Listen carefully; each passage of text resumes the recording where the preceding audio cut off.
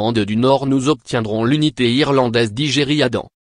Gerry Adam, 69 ans, député Sinn Féin au Parlement de la République d'Irlande, a été pendant plus de 30 ans l'un des dirigeants de la lutte des Républicains d'Irlande du Nord contre les Britanniques, avant de devenir l'un des artisans de l'accord de paix signé en 1998.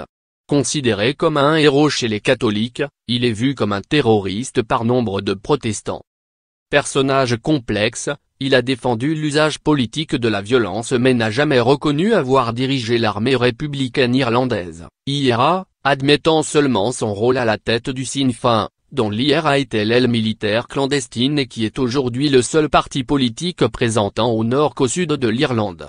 En février, il a passé le relais à la génération post-guerre civile en cédant la présidence du Sinn Féin à la députée Mary-Lou McDonald, 48 ans.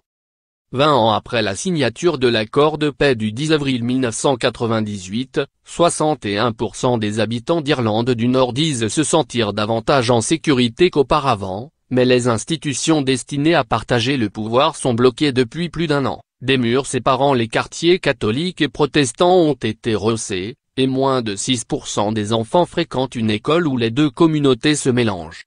La paix est-elle en danger? Non, le processus de paix est sur les rails.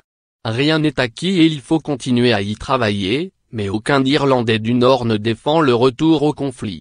Les républicains autrefois engagés dans la lutte armée ont approuvé l'accord de paix parce qu'ils ont estimé qu'il n'y avait aucune alternative. Donc il n'existe plus aucune excuse pour la lutte armée.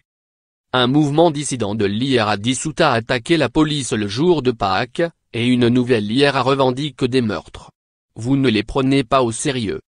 On ne peut pas ignorer ces groupuscules ni sous-estimer leur capacité à mener des actions.